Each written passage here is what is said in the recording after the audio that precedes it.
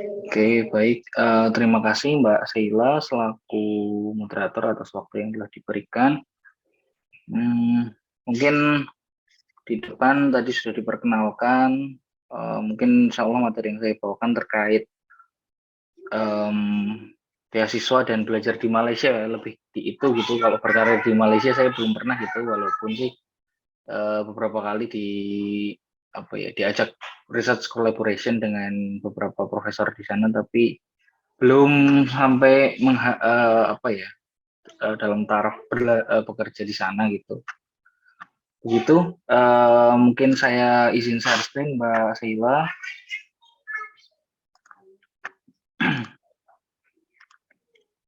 Mungkin sudah terlihat Mbak. Sudah, Mas. Baik. Untuk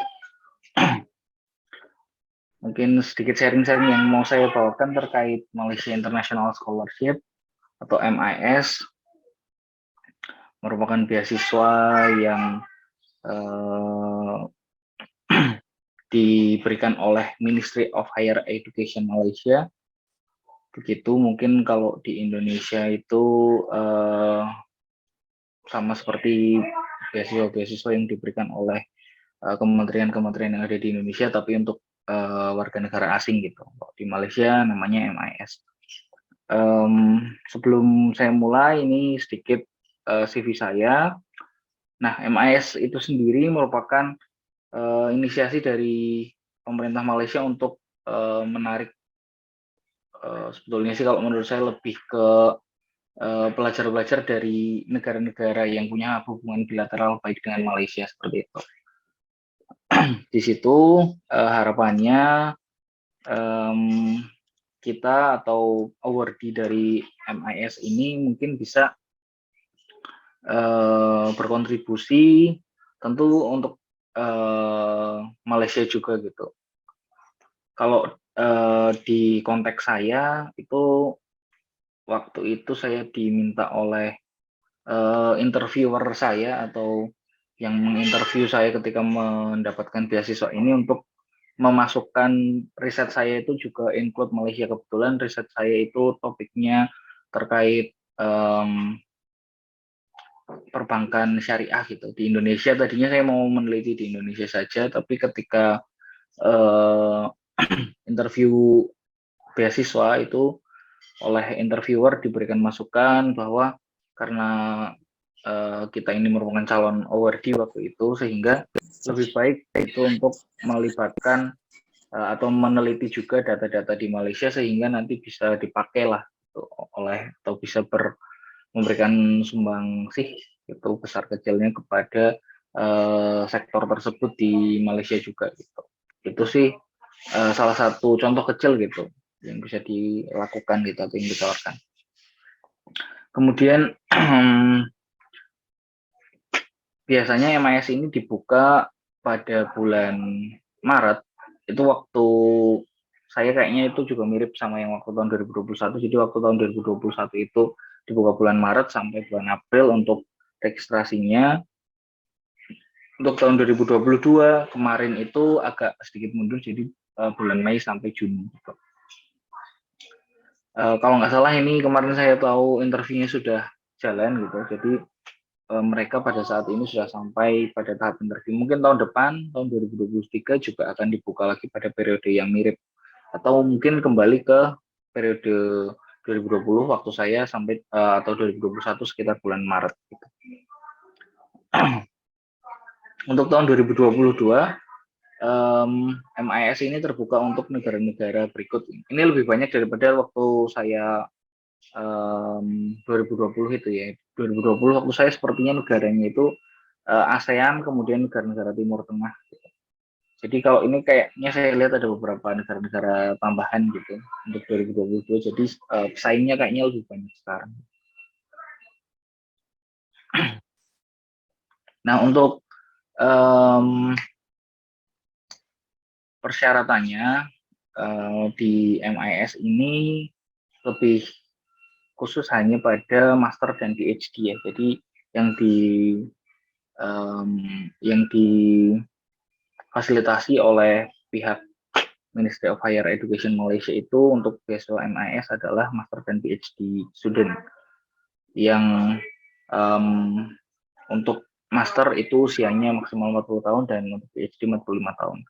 Kemudian untuk IPK-nya untuk Master Degree itu waktu bachelor degree-nya atau waktu sarjananya itu minimal 3, dan untuk PhD-nya juga waktu Master Degree-nya minimal 3. Kemudian untuk English Language Proficiency-nya atau syarat bahasa Inggrisnya, ini menurut saya tahun ini lebih mudah ya, karena waktu saya itu pengalaman IELTS-nya itu 6,5 syaratnya, tapi sekarang tahun ini 6 gitu. Jadi tahun ini turun syaratnya gitu, untuk MIS. Memang waktu saya itu ada beberapa yang kurang sedikit gitu, jadi banyak yang dapat 6 gitu. Terus kemudian akhirnya mungkin di situ juga jadi masukan untuk pihak MIS bahwa syaratnya kayaknya kalau 6,5 itu kemarin agak ketinggian gitu. Jadinya di tahun ini itu jadi 6. Kemudian proposal seperti layaknya proposal riset pada umumnya gitu, itu kita harus sudah ada juga untuk apply di MIS ini menjadi salah satu hal yang paling penting gitu, terutama di interviewnya nanti yang dibahas adalah proposalnya atau rencana risetnya.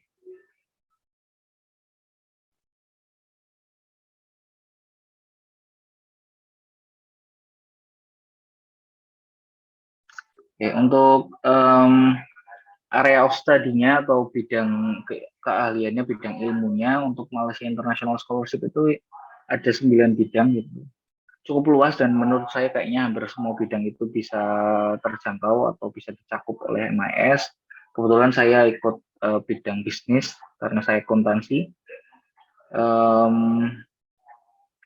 Di situ juga kemarin waktu saya apply MIS itu banyak teman-teman dengan bidang-bidang macam-macam juga kayaknya MIS tidak memberatkan pada salah satu bidang saja gitu, tapi ke semuanya ini difasilitasi gitu. Itu terdiri dari beberapa teman-teman itu memang macam-macam gitu. Yang bisnis seperti saya itu kayaknya juga hanya beberapa, kemudian area yang lain seperti education itu ada juga, kemudian ada teknik itu juga ada beberapa gitu, tapi tidak mendominasi salah satu. Jadi kayaknya MIS ini benar-benar tidak menitik beratkan pada area-area tertentu, yang penting tercakup pada 9 area ini itu it's okay gitu. Kemudian untuk webnya MIS ada di situ tertera, nanti mungkin bisa diklik, dan semuanya itu lewat web gitu. Jadi termasuk ada pertanyaan, kemudian ada upload data dan lain sebagainya lewat web tersebut.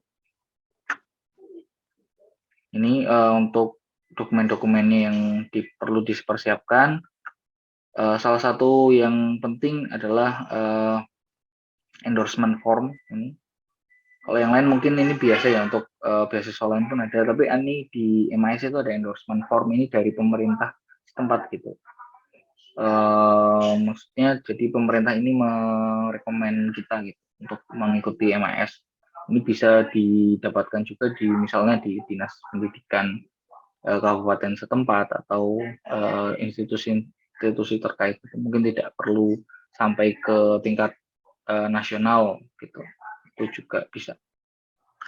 Kemudian, nah ini untuk apa yang kita dapatkan dari beasiswa MIS itu, yang pertama ada living allowance-nya Rp1.500, ya cukupan lah untuk biaya hidup bulanan di Malaysia sebetulnya. Kemudian yang lain tidak, itu seperti biaya travel dan yang lain sebagainya.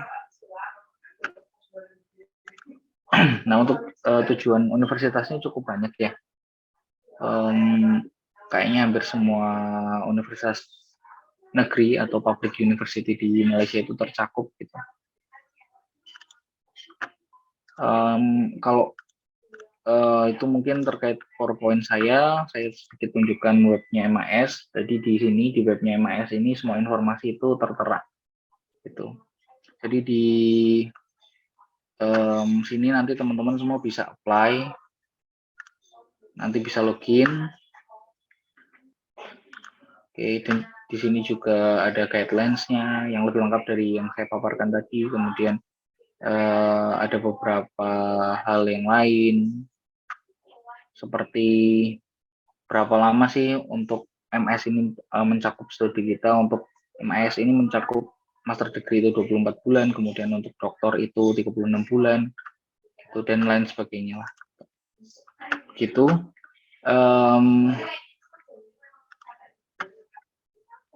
Selain MAS, untuk belajar di Malaysia itu juga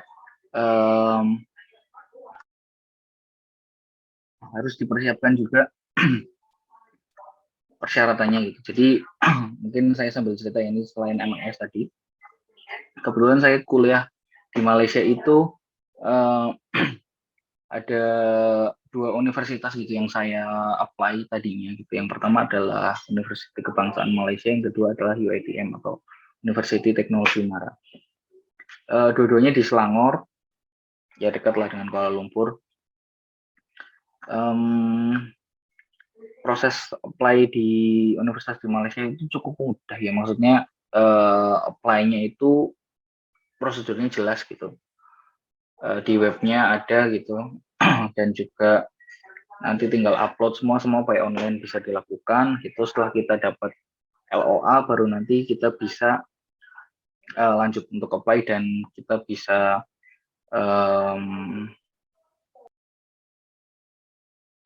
bisa mulai studinya. Nah, setelah kita apply itu, nah itu ada beberapa persyaratan imigrasi yang harus dilakukan. Ini menurut saya yang kemarin cukup tantangan buat saya, karena kemarin itu kan saya pas pandemi ya. Waktu pandemi itu kita harus ngurus ini di Education Malaysia ini.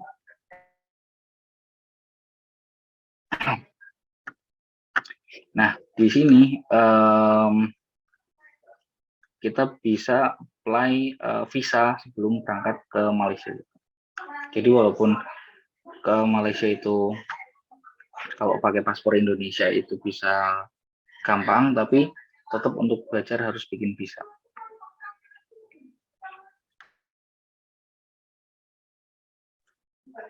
Nah, untuk apply student visa pakai web Education Malaysia ini itu butuh waktu beberapa bulan sampai nanti dapat single entry visa. Kemudian selanjutnya nanti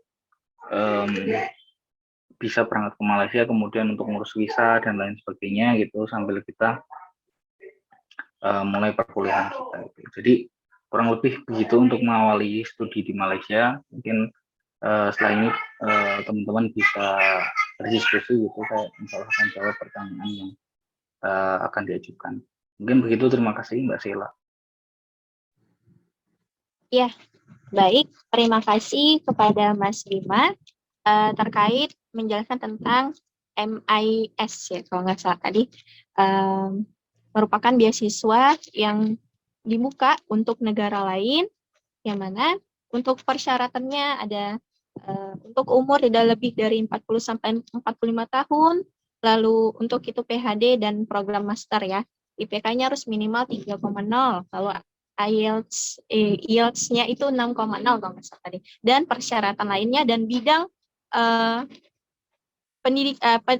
bidang yang bisa kita apply ya, itu boleh dari pendidikan, seni dan sosial, kesehatan, bisnis ya, seperti yang dari Mas Bima tadi, dan juga bidang-bidang yang lainnya.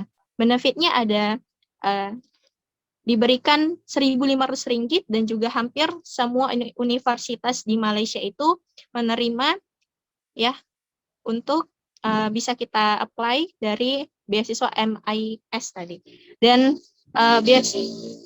maaf ribet, dan jelas prosedur dari beasiswanya ya kalau dari Malaysia, dan untuk bisa apply yang dari beasiswanya bisa melalui via online, dan juga untuk mengurus visanya bisa dari laman web education Malaysia, seperti itu. Nah, itu singkat dari saya ya untuk ringkasan materi dari Mas Bima. Selanjutnya saya serahkan kepada Mas Wisnu Budi Waluyo untuk menjelaskan materi tentang bagaimana berkarir dan juga beasiswa di Thailand, seperti itu, dari negara Thailand. Pada Mas Wisnu, saya persilakan. Ya.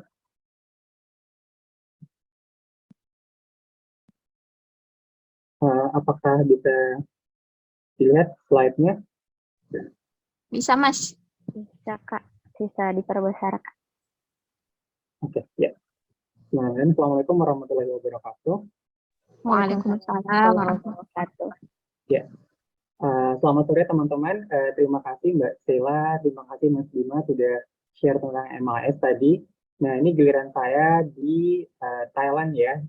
Tidak berkarir juga, karena tidak berkarir di sini tadi lebih ke sekolah ya teman-teman. Dan nama beasiswanya adalah Royal Thai Government Scholarships, dan khususnya ini di kampus saya di Asian Institute of Technology. Karena beasiswa ini sangat berbeda antara satu kampus dengan kampus yang lain, dan beasiswanya bukan seperti yang MAS tadi ya. Kalau MAS hampir seperti beasiswa dari negara-negara lain ya, seperti Fulbright, seperti AS dan segala macamnya. Tapi kalau ini spesifik kita daftar ke kampus tertentu seperti itu. Oke, jadi seperti yang sudah disampaikan tadi, nama saya Wisnu, saya dari Jogja. Saat ini saya sedang di AIT, ambil Development and Sustainability, masih master ya, nanti semoga bisa seperti Mas Bima, bisa ambil PhD. Dan ini semester ketiga saya, dan saya sedang proposal tesis. Nanti setelah ujian proposal, insya Allah balik Jogja buat risetnya. Seperti itu. Sedikit background saya lulusan HIUMY ya, Muhammadiyah juga, hubungan internasional, lulus tahun 2014. Jadi setelah lulus saya memulai usaha saya ya, bersama teman saya, ada bisnis sendiri ya, yaitu bikin yang namanya konsultan lingkungan, namanya Mandala Project. Jadi kami kerja di bikin AMDAL ya, bikin riset-riset penelitian tentang studi kelayakan, tentang proyek konstruksi, perencanaan, dan segala macam. Jadi sangat tidak sesuai dengan background S1 saya gitu. Dulu S1-nya ambil HI, pengen jadi diplomat, ya, pengen kerja di Kemenlu, tapi setelah lulus ternyata tidak sesuai keinginan ya. Dan itulah saya pengen punya bisnis sendiri seperti itu, yaitu kasih jasa konsultan lingkungan. Nah, saya sebagai stakeholder engagement selain sebagai founder ya, jadi kerjaan saya lebih banyak ke networking, ke communication, ke public relations, jadi HI-nya masih kepake gitu. Tetapi karena core pekerjaannya berada di lingkungan, ya teknik lingkungan, saya juga harus melengkapi kapasitas saya dengan area kerjaan saya. Saya ambil kursus AMDAL ya, saya kursus yang andalalin, transportasi, lalu lintas, dan macam-macamnya supaya saya ngerti dan paham apa yang saya jual seperti itu. Jadi teman-teman jangan worry ya ketika pekerjaannya saat ini tidak sesuai dengan S1-nya. Nah, jadi setelah lulus S1 saya tidak bisa langsung apply beasiswa karena saya harus establish bisnis saya gitu. Saya harus membangun bisnis saya, memperkuat gitu. Dan di tahun kelima saya di tahun 2020 memulai untuk apply beasiswa karena saya merasa bisnis itu sudah lebih settle, jadi saya bisa apply beasiswa. Nah, tetapi karena suatu hal saya akhirnya tidak bisa melanjutkan pekerjaan saya di Mandala Project ini, akhirnya saya berhenti dan saya pindah kerja di Stikes Guna Bangsa Jogja sebagai staf kerjasama.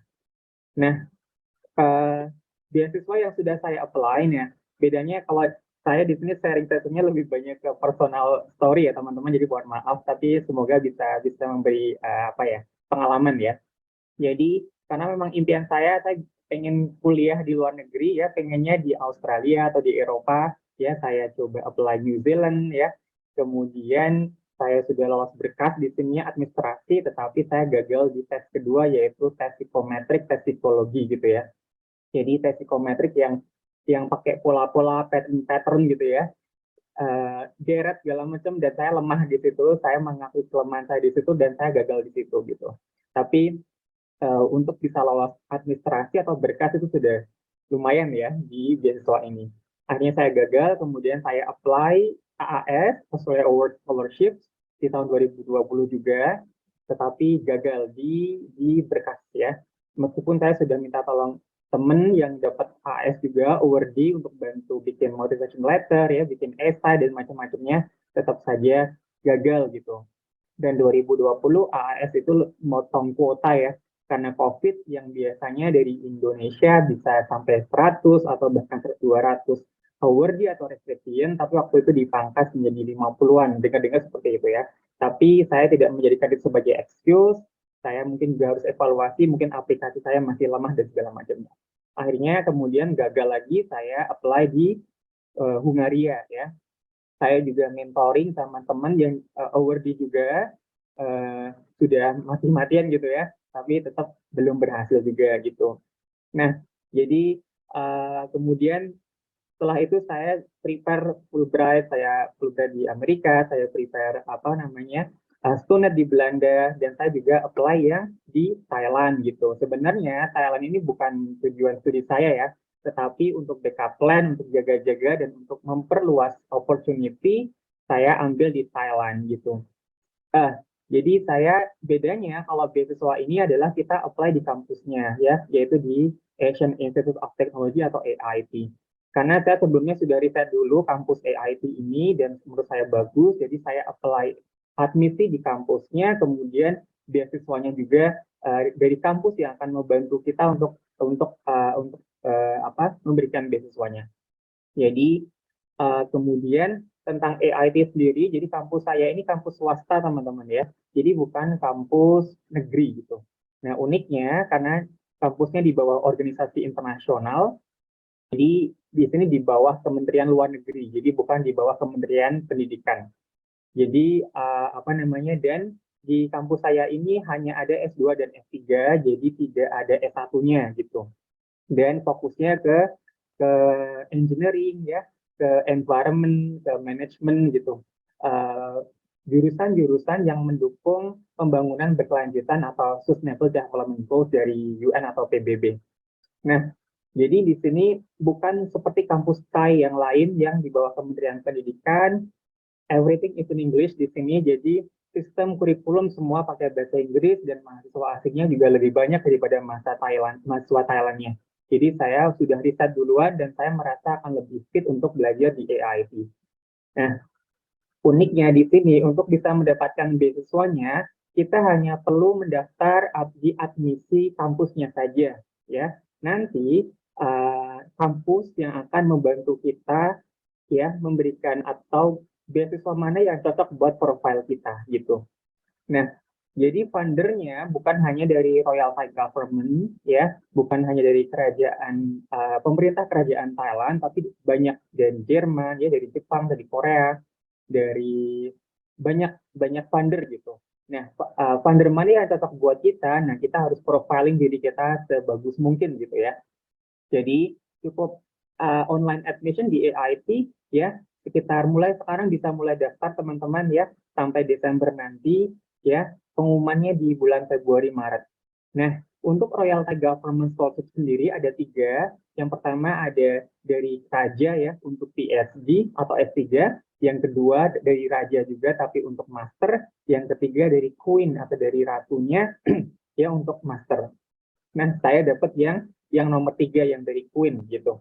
Nah, syaratnya untuk IPK ya itu at least 3,5 ya, 3,5 ke atas ya, baik itu untuk master maupun PhD. Kemudian sama seperti MIS tadi, IELTS-nya cukup 6 ya, khususnya di writing harus 6 gitu, karena sama seperti kampus lain ya, research based ya kampusnya, jadi writing-nya harus bagus. At least 6 di sini, atau belum punya nggak apa-apa ya. Ketika belum punya IELTS atau TOEFL IBT nggak apa-apa, tapi nanti ketika sudah keterima di sini harus ambil yang namanya AIT-EET ya, semacam IELTS juga tapi lebih mudah, dan skornya juga harus di atas 6 seperti itu. Jadi teman-teman bisa daftar tanpa IELTS ya, dengan catatan nanti harus ambil tes di sini. Kalau tidak lolos harus ambil courses gitu, harus ambil tanda kutip les bahasa Inggris dulu sampai skor yang ditargetkan didapat. Kemudian bikin study plan sama motivation letter, dan benefitnya adalah tuition fee gratis ya, tuition fee, registration fee, semua biaya kuliah gratis, dan living allowance-nya tiap bulan 12.000 baht ya. Jadi cukup gitu untuk kamar, untuk dormitory, untuk makan segala macam itu cukup ya. Nah, privilege yang didapatkan, keistimewaan dari beasiswa ini adalah penerimanya menerima sertifikat langsung dari Queen atau dari Princess Thailand ya. Jadi kami penerima beasiswa ini datang ke Palace, ke istana untuk menerima langsung dari Princess di sini. Nah ini di angkatan saya itu ada 3 penerima ya, atau 3 awardee. Ini saya untuk master, kemudian teman saya yang Indonesia dari Pak Indra nih, dosen dari Bali ya, dapat King untuk PhD, sama satu lagi ada dosen UGM dapat PhD dari King juga. Nah ini teman-teman Thailand saya, mostly penerima beasiswa ini adalah mahasiswa Thailand gitu, jadi foreignernya atau mahasiswa asingnya sedikit gitu. Jadi untuk bisa dapat beasiswa ini apa ya, such a privilege gitu teman-teman ya. Nah jadi untuk ketemu ratu atau queen-nya ya kita harus bersimpuh gitu ya. Banyak protokol dan ini pengalaman yang sangat seru seperti itu. Nah, mahasiswa Indonesia di AIT itu tidak banyak ya. Ini teman-teman di foto ini tinggal berdua, saya dan ini teman dari Jakarta ya. Sisanya udah lulus. Sekarang hanya ada 9 mahasiswa dari Indonesia. Karena kalau ngomongin Thailand, teman-teman Indonesia favoritnya itu di Chulalongkorn ya, di Mahidol, di Thammasat gitu. Nah, AIT ini memang kemudian tidak terkenal public uni yang lain ya, atau PTN di Thailand yang lain gitu. Tapi karena uniqueness atau banyak hal yang kemudian saya lebih prefer ke AIT, saya daftar ke AIT seperti itu. Lalu di sini international diversity-nya lebih terasa ya, karena mahasiswa asingnya jauh lebih banyak. Jadi teman-teman mau networking, teman-teman mau tambah teman dari berbagai macam background dan negara, saya rasa AI itu tempat yang tepat gitu. Dan meskipun namanya Asian Institute of Technology, tapi mahasiswanya itu dari Amerika, dari Eropa, dari Australia, itu banyak gitu. Dan setahun yang lalu roommate saya itu orang Amerika seperti itu. Jadi international exposure-nya sangat bagus di sini. Kemudian ada juga, meskipun Muslim di sini minoritas, tapi ada asosiasi mahasiswa Muslimnya juga ya, karena banyak teman-teman dari Bangladesh, dari Pakistan ya. Jadi saya join di asosiasi ini. Alhamdulillah juga ada masjidnya teman-teman, jadi sangat Muslim friendly gitu. Meskipun juga Thailand kalau teman-teman dengar sangat open ya dengan LGBTQ dan segala macam, jadi untuk belajar diversity yang sangat terasa itu saya rasa bisa dapat banget gitu di sini. Jadi nggak perlu khawatir mau Jumatan di mana, karena sudah ada Jumatan, ada masjid, ada mau sholat berjamaah di masjid, ada masjid. Sementara teman-teman yang di kampus lain nggak ada masjid, jadi ada kampus saya sebelah sama Thammasat ya, jadi teman-teman Indo dari Thammasat itu kalau Jumatan ke kampus saya seperti itu.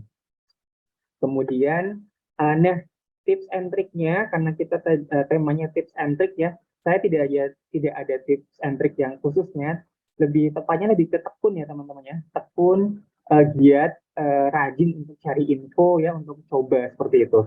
Tapi yang bisa saya sarankan adalah profiling, gimana kita branding diri kita ya teman-teman ya. Jadi teman-teman punya kekhasan atau punya passion atau sesuatu yang teman-teman suka, coba itu profiling teman-teman gitu. Sama seperti saya tadi ya, saya kerja di konsultan lingkungan gitu selama 5 tahun, dan saya pengen apply beasiswa yang bisa menunjang ya, ambil jurusan yang bisa menunjang bisnis saya gitu. Jadi punya pengalaman kerja, kemudian saya bikin profile saya, bikin motivation letter, kemudian study plan yang jelas karena punya background yang jelas juga. Jadi supporting experiences itu penting ya, meskipun belum kerja juga nggak masalah. Tapi misalkan waktu kuliah ada sesuatu yang teman-teman dalam nih yang suka, itu bisa diangkat buat branding teman-teman seperti itu.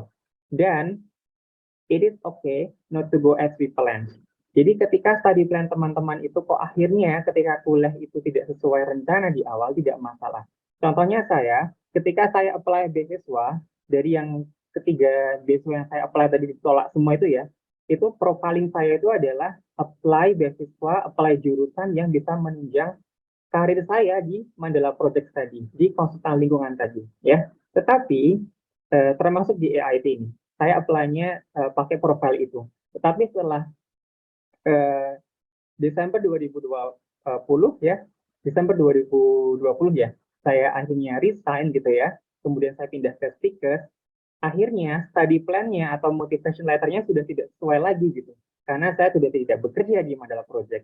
Akhirnya kemudian itu nggak masalah ya. Dan saya kemudian karena kerja di Stikers ya, di kampus sebagai staf kerjasama, tetapi dari kampus meminta saya untuk mengajar setelah lulus, akhirnya saya mengubah study plan-nya ya, yang dimana sebelumnya tentang lingkungan, sekarang lebih ke kesehatan. Karena jurusan saya ini multidisiplin, jadi interdisciplinary ya. Jadi dari macam-macam disiplin ilmu itu bisa dipelajari di sini. Jadi saya sekarang fokus ke kesehatan, termasuk tesis saya juga akan berbicara tentang kesehatan supaya bisa dipakai buat ngajar di Stikers tadi gitu. Jadi jangan khawatir ketika study plan-nya nanti berubah ya. Tapi alangkah lebih baiknya ketika teman-teman sudah punya study plan yang clear gitu ya dari awal, dan bisa ketika belajar kuliah ya bisa supporting, dan ketika lulus juga bisa mencapai atau menjalankan study plan yang sudah disusun. Kemudian ada baiknya teman-teman punya IELTS atau TOEFL IBT ya, atau yang sejenis. Nah, dua ini senjata ampuh ya teman-teman, maksudnya senjata atau basic banget yang teman-teman ada baiknya punya gitu. Karena ketika sudah punya ini kayak udah secure gitu, udah aman, kita mau apply besok kemana aja gitu ya. Jadi let's say misalkan teman-teman mau coba apply tahun depan ya, mulai dari sekarang coba untuk sudah mulai latihan ya, practice atau les gitu, supaya udah pegang sertifikatnya atau IELTS-nya gitu ya, supaya ketika udah bukaan beasiswa tinggal daftar gitu. Ketika belum punya nggak apa-apa, karena kalau mostly di Asia itu juga ada yang tidak membutuhkan ya, tapi nanti ketika sudah terima harus tes bahasa Inggris atau apa gitu. Nah, ada baiknya punya dulu gitu. Nah, ini saran saya. Kemudian nggak ada cara yang mudah, semua proses butuh proses ya. Jadi keep searching, keep updating, and keep trying teman-teman ya. Saya 3 kali gagal, dan masih banyak kalau teman-teman lain bisa lebih banyak ya gagalnya, atau sekali nyoba ada yang langsung lolos gitu ya. Jadi rezeki masing-masing, usaha masing-masing, ikhtiar masing-masing ya beda-beda. Jadi lebih ke bagaimana teman-teman terus berusaha. Seperti itu, sekian dari saya, nanti bisa lebih banyak ke diskusi dan tanya jawab. Wassalamualaikum warahmatullahi wabarakatuh. Waalaikumsalam warahmatullahi wabarakatuh. Ya, mungkin resume singkat ya dari materi Kak Wisnu Budi yang mengenai bagaimana beasiswa di Asia Institute of Technology. Nah, yang pertama tadi dibuka dengan motivasi ya, jangan worry ya, jangan khawatir kalau misalnya pekerjaan kita itu nggak sesuai sama background pendidikan kita. Yang penting adalah bagaimana kita bekerja itu dengan all out ya Kak. Lalu Masya Allah Kak Wisnu ini meng-apply beasiswa ya, istilahnya melamar beasiswa gitu ya, di beberapa negara Insya Allah. Dan jodohnya di Thailand Insya Allah. Lalu untuk di Asia Institute of Technology ini lebih kepada program pascasarjana yang berfokus kepada pembangunan berkelanjutan gitu ya. Lalu mahasiswa asingnya lebih banyak gitu. Uniknya seperti itu, dan uniknya tadi ketika mahasiswa muslim sulit ya, misalnya ketika berkecimpung di dunia pendidikan di luar negeri yang mana minoritas muslim, tapi di situ ada info ya dari Kak Wisnu, Asosiasi Mahasiswa Muslim, apalagi ada masjidnya, mudah untuk beribadah. Lalu untuk programnya ada program doktor, lalu master dari yang diberikan oleh Raja dan juga diberikan oleh Ratu. Dan untuk persyaratannya tadi ada minimal IELTS-nya itu 6,0, lalu IPK-nya 3,5, dan punya studi plan atau motivation gitu ya. Lalu benefitnya tadi ada biaya perkuliahan gratis, lalu diberikan 12.000 baht kalau nggak salah tadi, lalu sertifikat langsung dari Raja dan Ratunya. Dan untuk penerimaan itu ada di bulan September sampai Desember, dan untuk linknya itu bisa langsung di link Asia Institute of Technology, dan untuk pengumumannya itu biasanya di bulan Maret. Dan tipsnya adalah tekun, lalu rajin cari info, sesuaikan dengan passion kita, lalu kalau bisa kita punya pengalaman kerja dengan background yang jelas, dan nggak apa-apa kalau kita beasiswanya nggak sesuai rencana gitu ya, dan persiapkan IELTS dan TOEFL-nya. Oke, untuk teman-teman saya buka sesi tanya jawab. Boleh apakah nanti bertanya kepada Mas Bima atau Mas Wisnu. Pada teman-teman boleh raise your hand. Iya, langsung ke Anis Awalia. Yang pertama, boleh selagi kita menunggu pertanyaan yang lain, boleh kepada Kak Anissa Awalia, saya persilakan. Bismillahirrahmanirrahim. Assalamualaikum warahmatullahi wabarakatuh. Selamat sore, Mas. Waalaikumsalam. Perkenalkan, nama saya Anis dari Palopo. Nah, pertanyaan saya ini sekaligus untuk Mas Wisnu sama Mas Bima. Yang pertama itu beasiswa yang Mas Wisnu sama Bima dapatkan itu apakah full dari misalkan dapat tempat tinggal, uang pulang pergi. Terus yang kedua, apakah sebelum mendaftarkan diri untuk beasiswa tersebut, Mas Wisnu sama Mas Bima ini sudah fasih bahasa Inggrisnya?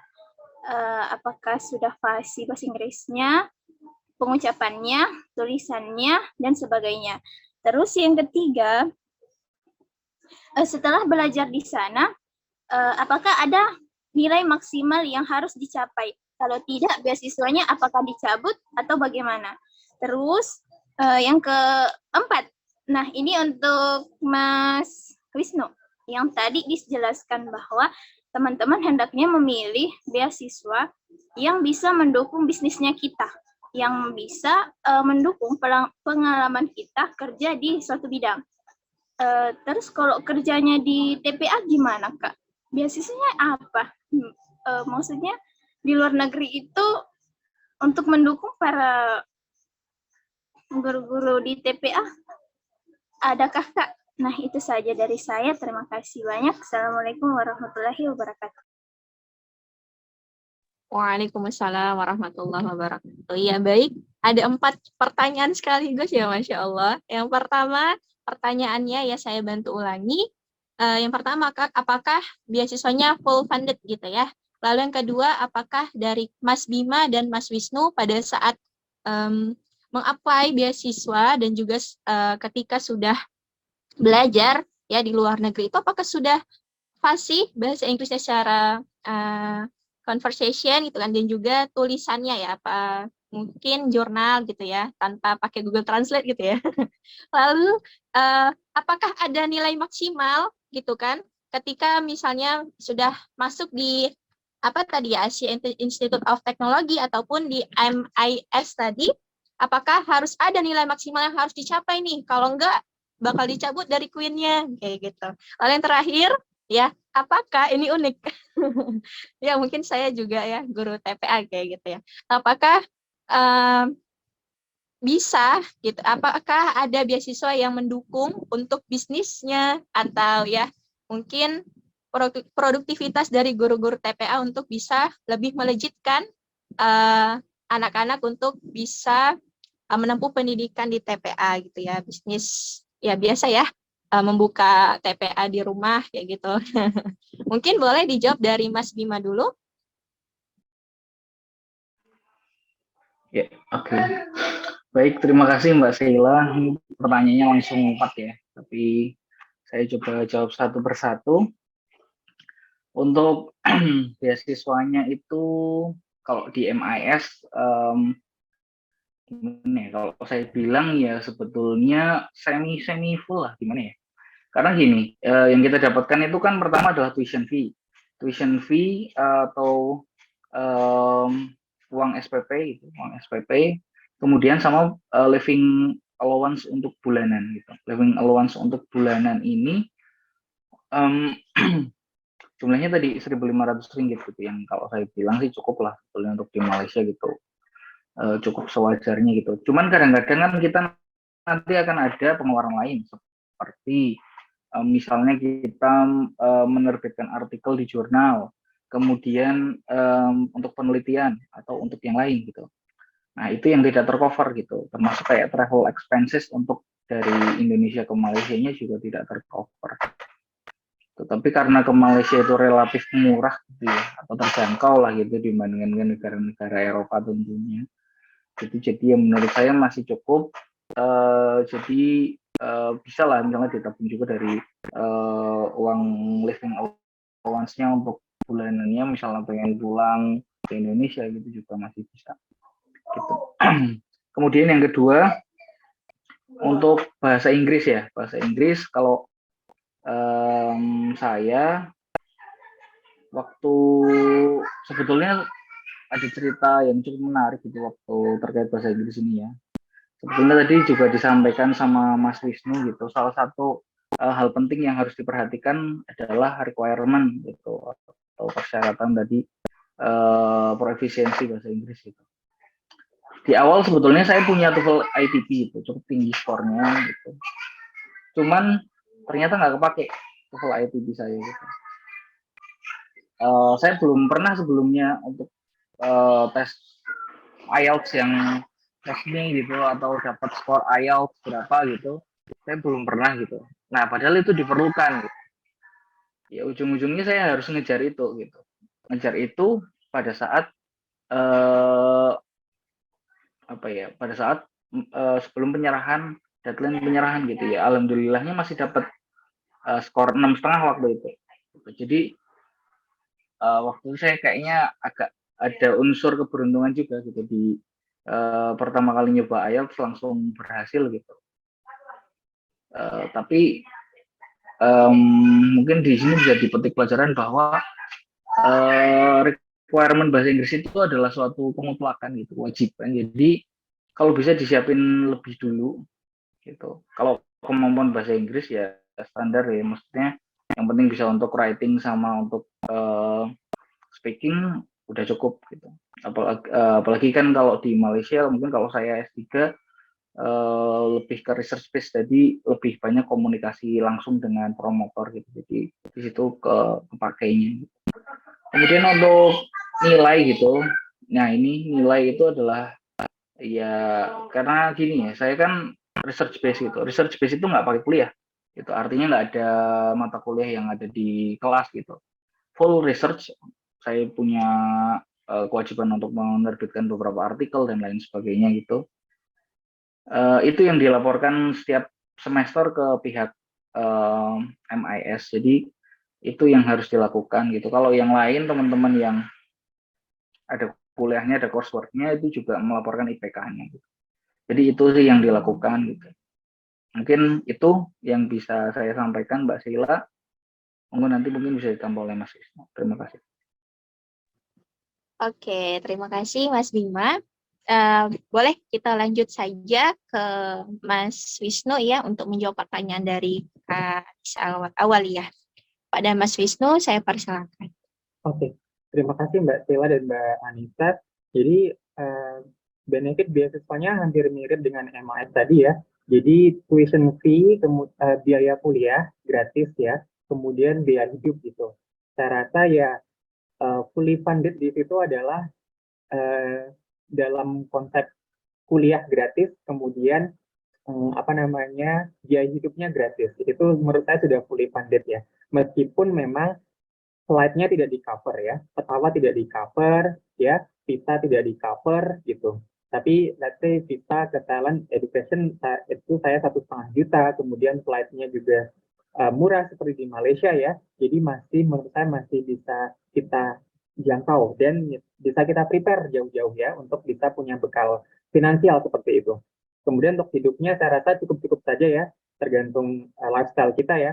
12.000 baht ya itu untuk kamar ya, air, listrik, internet, kemudian untuk makan itu buat saya cukup-cukup saja seperti itu ya.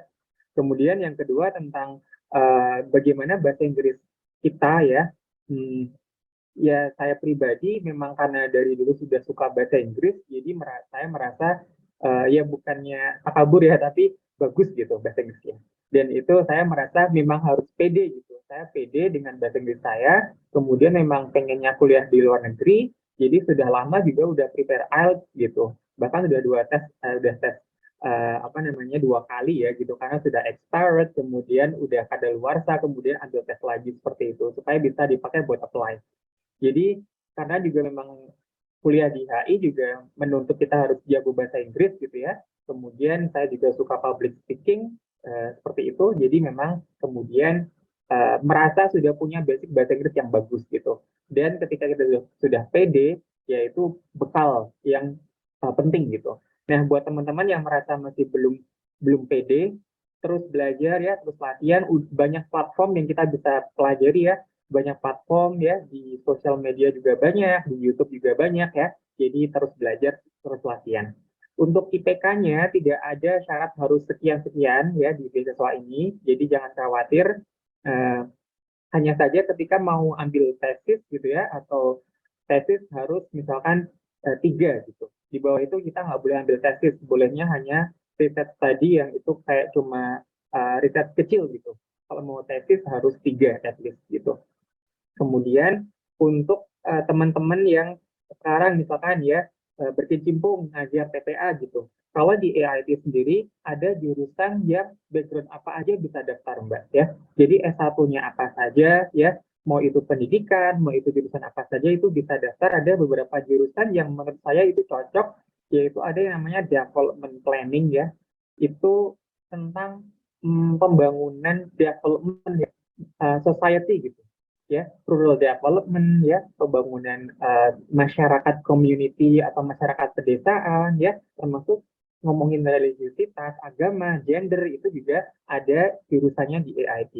Ini coba saya share di chat box ya. Nah, ini baru saja dibuka di September ini ya, sampai Desember deadline-nya. Itu jurusan nomor 1 ya, Development Planning, Management and Innovation, itu bisa teman-teman daftar ya, buat teman-teman yang tadi, seperti Mbak Anissa yang ngajar di TPA ya, saya dulu juga ngajar di TPA ya. Nah, ini bisa banget cocok ya, atau gender gitu. Gender di sini bukan berarti kita ngomongin gender yang kemudian LGBTQ, atau gender yang kemudian ngomongin feminisme, tapi kita bisa mengangkat kultur Islam, atau kultur Jawa, atau kultur Indonesia kita di studi ini.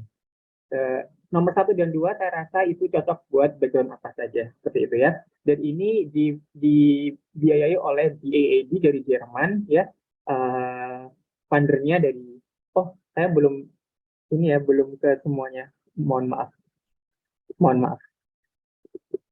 Oke, itu di chat box teman-teman bisa lihat ya. Nah, sekarang ada bukaan dari DAAD ya. Pemberi beasiswanya dari Jerman, ada 2 jurusan yang teman-teman bisa apply dari background apa saja. Yang pertama nomor 1 itu Development Planning, Management and Innovation, itu dari S1 apa saja bisa apply ya. Yang kedua sama, gender juga sama ya, Gender and Development Studies, ini teman-teman bisa daftar, Mbak Anissa juga bisa coba daftar di sini ya. Itu saja Mbak Stella. Ya, baik, Mas Wisnu. Jadi tadi saya ulang ya, untuk beasiswanya, kalau dari Mas Bima tadi, semi full funded. Kalau misalnya dari Mas Wisnu tadi sudah menganggap ya, kalau memang beasiswa dari AIT itu memang full funded. Nah, kemudian untuk bagaimana kefasihan kita memang harus dipersiapkan teman-teman untuk IELTS-nya dan TOEFL-nya seperti itu. Lalu untuk nilai maksimal, kalau dari Mas Wisnu itu, karena memang tujuannya adalah research ya, Jadi harus menerbitkan artikel atau jurnal yang akan dilaporkan setiap semesternya seperti itu mungkin ya. Lalu untuk dari itu dari Mas Bima ya. Kalau dari Mas Wisnu tadi tidak ada batas maksimal harus nilai segini gitu kan. Dan untuk ya saran dari Mas Wisnu itu ada dibuka jurusan yang baru gitu ya, development planning dan juga tadi ya gender and development gitu ya, yang bisa diakses oleh jurusan apa saja. Mungkin kalau saya ya pendidikan agama Islam kayak gitu ya. Mungkin bisa. Oke, kita lanjut ke tadi ada Kak Novita Firdaus ya, penanya kedua. Silakan Kak Novita. Assalamualaikum warahmatullahi wabarakatuh. Waalaikumsalam. Perkenalkan, nama saya Novita Firdaus, saya lulusan S1 Sosiologi Universitas Erlangga. Di sini saya concern itu, saya bekerja sebagai asisten dosen, juga aktif di peringkingan kampus yang berkaitan dengan SDGs. Jadi mungkin ini saya tanyakan kedua-duanya ya, ke Mas Wisnu sama ke Mas Bima. Di sini yang saya mau tanyakan itu rekomendasi jurusan atau kampus yang linear dengan jurusan saya. Saya di sini juga concern ke SDGs sama ke itu studi feminisme. Terus yang saya tanyakan itu untuk S2 di Malaysia, yang di Malaysia dan di Thailand itu yang sekarang saat ini Mas dua ini yang sedang berkuliah, apakah bagaimana sistem perkuliahan di sana? Apakah by course atau by research gitu? Untuk maksimal S2, maksimal studi di sana untuk S2 itu berapa tahun? Terima kasih. Oh iya, terus lagi satu, untuk studi akhir di sana, apakah juga wajib untuk submit ke jurnal internasional Scopus? Kalau iya, itu KIP berapa? Terima kasih. Untuk pertanyaan terakhir boleh diulang Kak Novita? Untuk tugas akhir, yaitu wajib untuk publikasi jurnal internasional. Kalau iya itu wajib untuk submit di jurnal apa dan di berapa. Terima kasih. Oke. Ya baik. Untuk pertanyaan dari Kak Novita Firdaus, yang pertama ini ada 3 tadi ya. Rekomendasi program studi yang linear dengan jurusan beliau yaitu sosiologi ya, benar ya. Yang mana fokus kepada masalah feminisme seperti itu. Lalu untuk di beasiswa yang sudah dijelaskan oleh Kak Mas Wisnu dan Mas Bima tadi, apakah perkuliahan di sana baik courses ya atau riset saja gitu ya. Lalu yang terakhir untuk tugas akhir apakah memang diwajibkan untuk dipublikasi di jurnal internasional? Kalau iya, aksesnya gimana gitu ya. Ya, seperti itu kurang lebih. Mungkin dari Mas Wisnu dulu, saya persilakan untuk menjawab. Oke, halo Mbak Novita.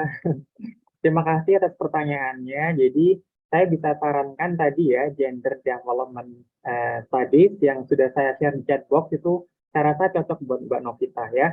Jadi, feminism, kemudian SDGs itu bisa dapat banget di AIT jurusan gender ya. Dan sedang bukaan beasiswa dari DAAD dari Jerman. Tapi bisa juga yang dari Queen atau dari Royal Thai yang saya dapat juga. Kemudian kalau kampus lain yang saya bisa suggest adalah dari Thammasat University yang itu jurusan Thammasat ya, jurusan sosiologi, antropologi, social work ya, itu berkaitan dengan area-area yang Mbak Novita sedang geluti sekarang ya. Itu di apa namanya tadi? Oke, saya tuliskan ya. Ya, oke, teacher. Oke, ya. Jadi atau Chulalongkorn, Chula, tapi saya rasa Thammasat lebih recommended ya. Oke. Thammasat. Oke. Nah, itu nanti bisa searching jurusannya ya. Kemudian tapi saya rasa untuk yang GDS, Gender and Development Studies yang di AIT ya, yang Mbak bisa cek di chat box itu lebih fit menurut saya ya. Kemudian di AIT ada ya hampir mirip dengan kampus lain, baik post work ada, by research juga ada ya. Tapi kalau di sini tuh bisa kombinasi gitu. Saya misalkan ambil coursework 2 semester ya, kemudian 2 semester berikutnya fokus ke riset atau tesis gitu. Ada yang full coursework 3 semester tapi bisa exchange 1 semester. Exchange ke kampus di luar negeri atau bisa internship gitu. Itu kalau di AIT fleksibelnya seperti itu. Kalau mau full thesis atau riset berarti dua semester awal coursework, 2 semester akhir tesis gitu. Tapi kalau mau coursework 3 semester, and then sisa semester yang terakhir bisa exchange atau bisa internship seperti itu. Kemudian untuk yang wajib publish itu hanya untuk PhD kalau di AIT. Yang master tidak wajib ya. Yang PhD wajib dan itu minimal cuma 1 ya. Jadi saya rasa akan lebih slow di sini. Tapi ketika Mbak Novita bisa banyak riset atau publish ya, itu banyak benefitnya karena banyak funding juga untuk risetnya ya. Fundingnya itu gede-gede di sini. Untuk master pun juga kita bisa publish dan bisa dapat ini funding, dan saya mau coba apply juga seperti itu. Untuk bahasa pengantarnya di sana bahasa Inggris atau ada semacam kursus gitu untuk bahasa lokal di sana? Bahasa Inggris. Jadi everything is in English ya, dan tidak harus dan tidak wajib pakai Thailand karena memang semua bahasa Inggris, dan profesornya di sini juga mostly juga malah dari luar ya. Profesor dari Thailandnya malah sedikit, jadi profesor dari Jepang, dari Jerman ya, dari India ya, dari mana saja gitu. Jadi semua pakai bahasa Inggris, dan sebenarnya banyak juga teman-teman yang bahasa Inggrisnya masih kurang bagus di sini teman-temannya, jadi jangan khawatir. Dan mereka wajib ambil mata kuliah bahasa Inggris seperti itu ya. Buat mereka yang belum lancar bahasa Inggrisnya, IELTS-nya belum 6, itu mereka wajib ambil 1 semester atau 2 semester tergantung skor yang nanti didapat. Tapi itu nanti ya tadi ada bagian ketika sudah punya bekal ya, kalau harus belajar bahasa Inggris lagi kan jadi ke distract ya kuliah utama kita gitu. Jadi ya kembali lagi bahasa Inggris memang bekal yang sangat penting. Begitu Mbak Novita. Terima kasih. Baik, langsung ke Mas Bima, silakan. Oke, baik. Terima kasih Mbak Novita. Untuk di Malaysia sendiri, kalau ditanya rekomendasi kampus yang berhubungan sama social studies gitu ya, itu jadi pada dasarnya kalau universitas di Malaysia itu ketika Big Ten gitu ya, Public University gitu, kalau di kampus saya salah satu UiTM, itu biasanya programnya banyak banget. Artinya tadi kan di MIS kan ada beberapa area study gitu ya. Nah, itu biasanya mencakup itu semua ada gitu. Jadi artinya ketika ke public university atau PTN lah di Malaysia itu yang besar-besar, program-program yang spesifik banget pun mereka ada gitu. Jadi tinggal milih gitu. Kalau saya lebih milihnya ke kampusnya dulu. Jadi misalnya kampusnya itu saya pengen di daerah dekat Kuala Lumpur, saya akan cari di situ gitu. Atau kalau misalnya saya pengen di Johor gitu yang dekat Singapura, ya saya akan cari di UPM gitu dan lain sebagainya. Mungkin pertama itu dulu. Nah setelah itu baru kita lihat programnya ada nggak gitu. Tapi rata-rata akan ada kalau misalnya kampus itu merupakan kampus-kampus yang besar di Malaysia gitu, seperti ya Big Ten lah gitu, itu ada gitu. Public University apalagi itu luas gitu. Kemudian untuk tadi ya belajarnya online atau offline gitu ya. Kalau nggak salah untuk S2 sekarang sudah offline karena di S2 itu ada coursework-nya. Walaupun waktu awal pandemi itu sebetulnya mereka buka program yang khusus online, tapi saya nggak tahu apakah itu program survive atau diteruskan atau tidak gitu. Tapi kalau untuk S3 karena research base, jadi kita lebih fleksibel. Sebetulnya saya juga sekarang sedang di Indonesia untuk ngambil data. Tapi kalau coursework di awal-awal ya seperti biasa lah, coursework itu atau kuliahnya itu akan dilakukan di awal semester. Misalnya nanti baru masuk S2 biasanya semester 1 atau semester 2 itu kayaknya sih maksimal semester 2 itu akan ada materi di kelasnya gitu. Jadi itu mungkin perlu diperhatikan. Setelah itu sih biasanya akan full di riset gitu. Jadi kalau di Malaysia agak mirip lah dengan kita kalau MSc atau MSI gitu di Indonesia itu kan akan kuliah dulu, kemudian habis itu ada penelitiannya sebelum nanti untuk tesisnya gitu ya, untuk tesisnya. Nah untuk studi akhirnya itu apakah tesisnya gitu itu harus diterbitkan di jurnal internasional atau enggak? Di UiTM di kampus saya itu ada requirement untuk itu gitu, tapi walaupun tidak harus Scopus ya. Jadi di Malaysia itu ada lembaga pengindeks gitu, namanya MySite.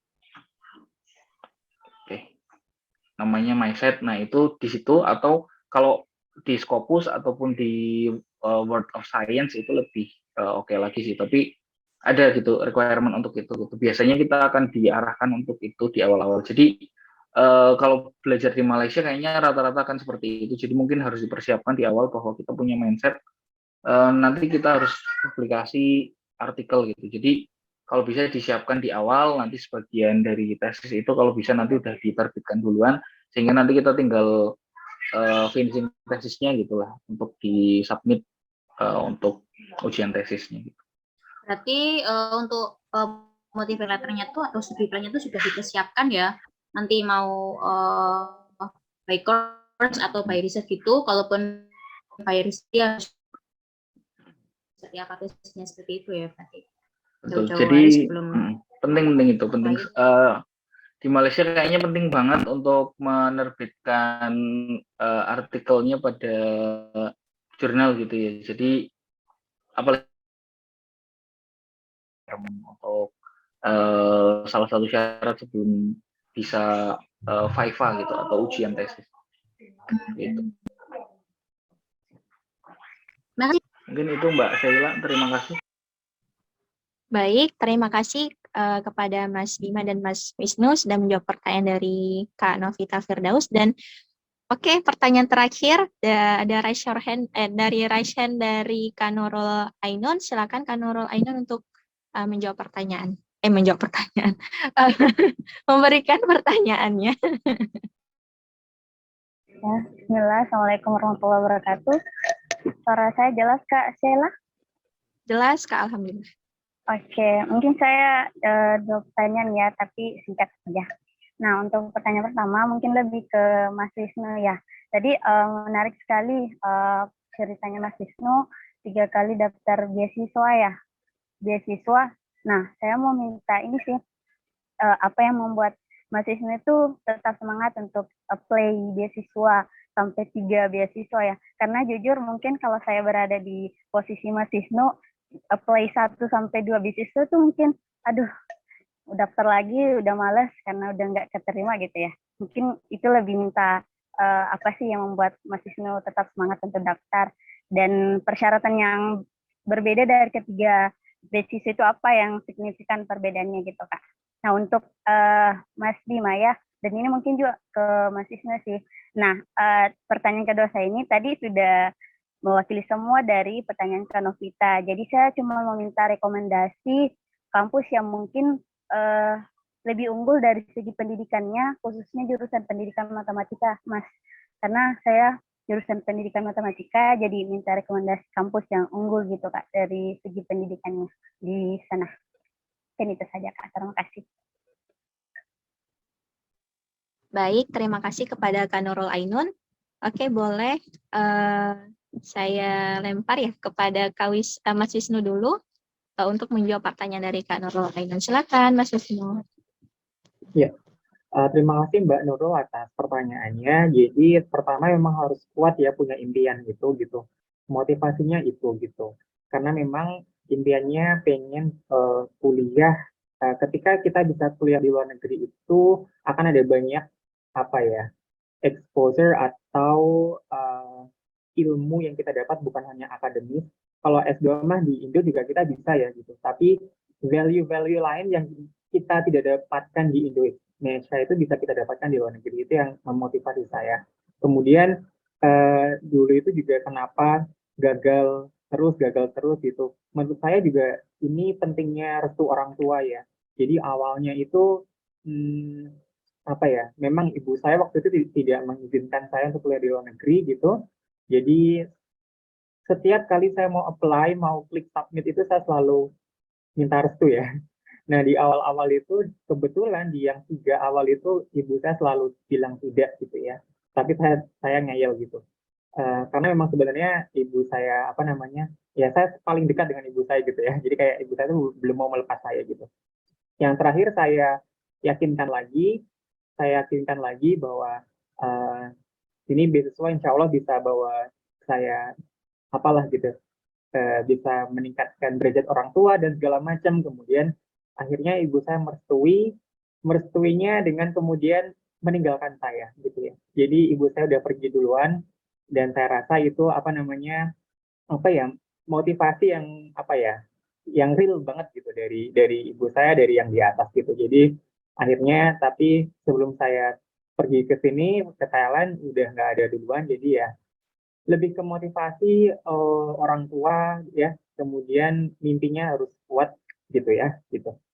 Terus pendidikan matematika sekali lagi kalau di kampus tetangga saya di Tamasat itu bagus ya pendidikan matematikanya, pendidikan secara umum ya gitu. Untuk jadi educator atau jadi teacher itu salah satu yang jadi favorit di Thailand adalah Tamasat University. Jadi nanti bisa setting-setting di situ Mbak Nurul. Begitu Mbak Stella. Baik, mungkin langsung saja kepada Mas Bima untuk menjawab pertanyaan dari Kak Nurul Ainun. Silakan Mas Bima. Baik, terima kasih Mbak Nurul. Mungkin tadi tanyanya kampus ya. Kalau kampus di Malaysia itu ada beberapa kampus yang sebetulnya itu concernnya sama pendidikan gitu. Kayak sebetulnya kampus yang terbaik di Malaysia itu University of Malaya ya. Itu kayaknya semua subjek di situ dia the best. Mau di bidang pendidikan, mau di bidang ekonomi, mau di bidang apapun kayaknya paling oke di situ. Tapi alternatif lain untuk pendidikan di Malaysia itu ada UTM, University Teknologi Malaysia. Kemudian juga ada juga UPSI atau Universitas Pendidikan Sultan Idris gitu. Kalau di search ya mungkin yang salah satu yang akan keluar duluan adalah UTM gitu. Kalau untuk pendidikan matematika karena di sana itu ibaratnya UTM itu adalah ITB-nya Malaysia lah. Gitu. Jadi tekniknya kencang gitu. Oleh karena itu kayaknya ilmu dasar matematikanya juga bagus. Jadinya kalau spesifik pendidikan Malaysia mungkin di UTM juga oke. Gitu. Gitu mungkin Mbak Sheila yang bisa saya jawab. Terima kasih. Baik, terima kasih Mas Bima. Mungkin sudah ya kita akhiri untuk diskusi. Terima kasih kepada Kak Nurul Ainun, Kak Novita, dan Kak Anissa Awalia yang sudah memberikan beberapa pertanyaan kepada pemateri. Nah, mungkin untuk selanjutnya yaitu boleh dari Mas Bima terlebih dahulu memberikan closing statement untuk materi pada hari ini. Silakan Mas Bima. Oke, baik. Terima kasih Mbak Sheila. Mungkin concluding remarks yang bisa saya berikan adalah ketika teman-teman mau belajar ke luar negeri itu punya cita-cita untuk ke luar negeri, untuk studi gitu. Tadi kita bisa belajar dari Mas Wisnu banyak ya. Mungkin kalau cerita saya nggak terlalu dramatis gitu seperti Mas Wisnu gitu. Tapi kalau saya sendiri ada beberapa momen yang membuat saya kayaknya memang sebelum kita berangkat itu kita harus memantapkan hati terlebih dahulu gitu. Karena pertimbangan yang kita ambil sebelum berangkat itu banyak gitu. Kalau posisi saya sudah berkeluarga, sudah punya anak gitu, itu mungkin di situ pertimbangan saya gitu. Jadi tadinya saya juga punya, sama seperti Mas Wisnu, saya punya cita-cita untuk pergi ke Eropa ataupun ke Australia gitu, karena banyak hal gitu. Akhirnya saya memilih yang dekat gitu di Malaysia gitu khususnya ya. Itu salah satu alasan utama saya sebetulnya. Tapi terlepas dari semua itu, ternyata itu pun tidak semudah yang kita pikirkan gitu. Walaupun tadinya saya pikirkan ke Malaysia mungkin lebih mudah gitu dibanding yang lain. Ternyata ya enggak juga gitu. Ada beberapa poin yang apalagi waktu saya apply itu kan waktu pandemi gitu. Jadi di situ saya harus prepare. Tadi saya cerita saya belum punya IELTS tadinya gitu. tapi saya sudah sering ikut tes ITP gitu.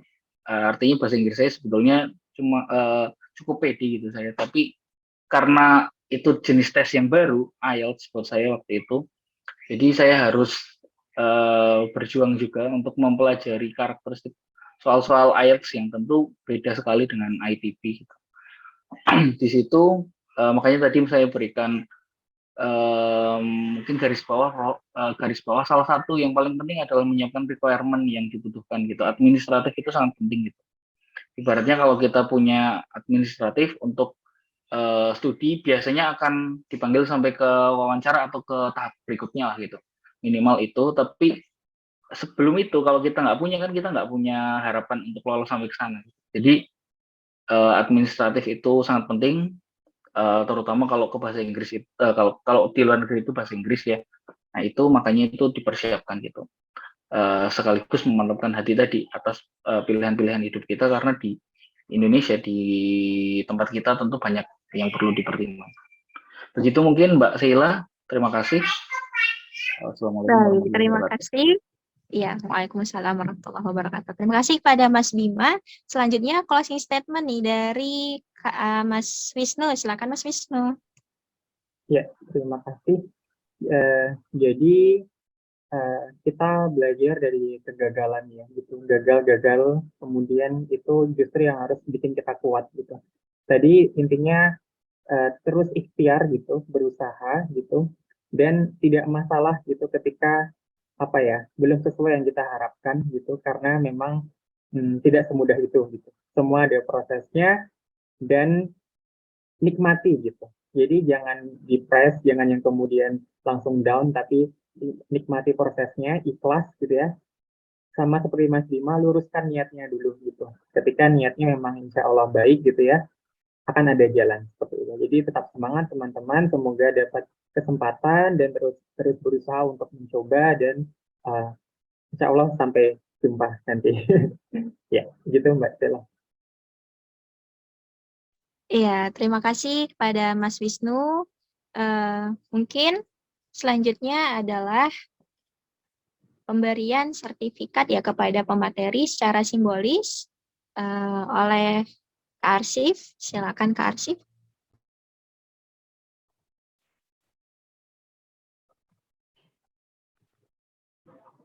Apakah sudah terlihat?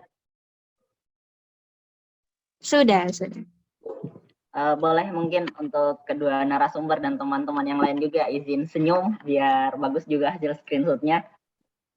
Saya izin hitung ya. 1, 2, 3. Sekali lagi 1, 2, 3.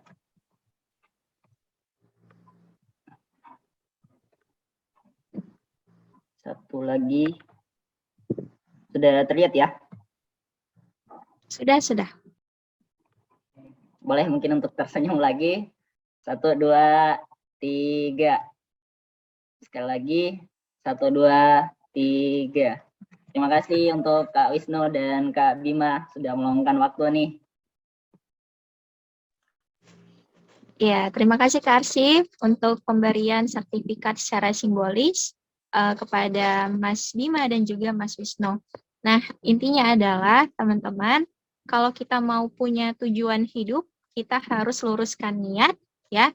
Niat itu apakah memang lillahi ta'ala ya, atau apakah memang hanya untuk dunia saja, gitu ya. Jadi harus ada motivasi dunia dan akhiratnya, insya Allah. Dan juga saya cukup ini ya tadi terkesan dengan ceritanya Mas Wisnu tadi, insya Allah. Dan juga inti dari kita ketika kita mau mengapply beasiswa, kita harus mempersiapkan segala urusan administratif gitu ya, pesan dari Mas Bima tadi. Oke, sekian mungkin agenda Festival Beasiswa Internasional dari negara Malaysia yang tadi dibawakan oleh Mas Bima, dan juga dari negara Thailand oleh Mas Wisnu. Terima kasih kepada kedua pemateri, Masya Allah. Dan kalau teman-teman nanti boleh saya share kurikulum vitae-nya, insya Allah nanti ada jurnal-jurnal yang sudah mereka terbitkan dan CV mereka tuh Masya Allah banget, full bahasa Inggris. Oke, mungkin sekian.